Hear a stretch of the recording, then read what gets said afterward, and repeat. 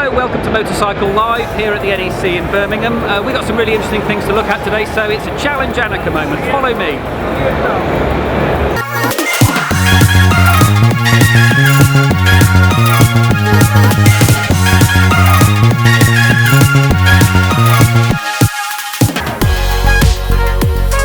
So we found Bill from Bike Trac, and he's just going to explain to us about the grab bag and chain. So Bill, tell us about the product. Thanks, Sean. So it's a product we launched last year.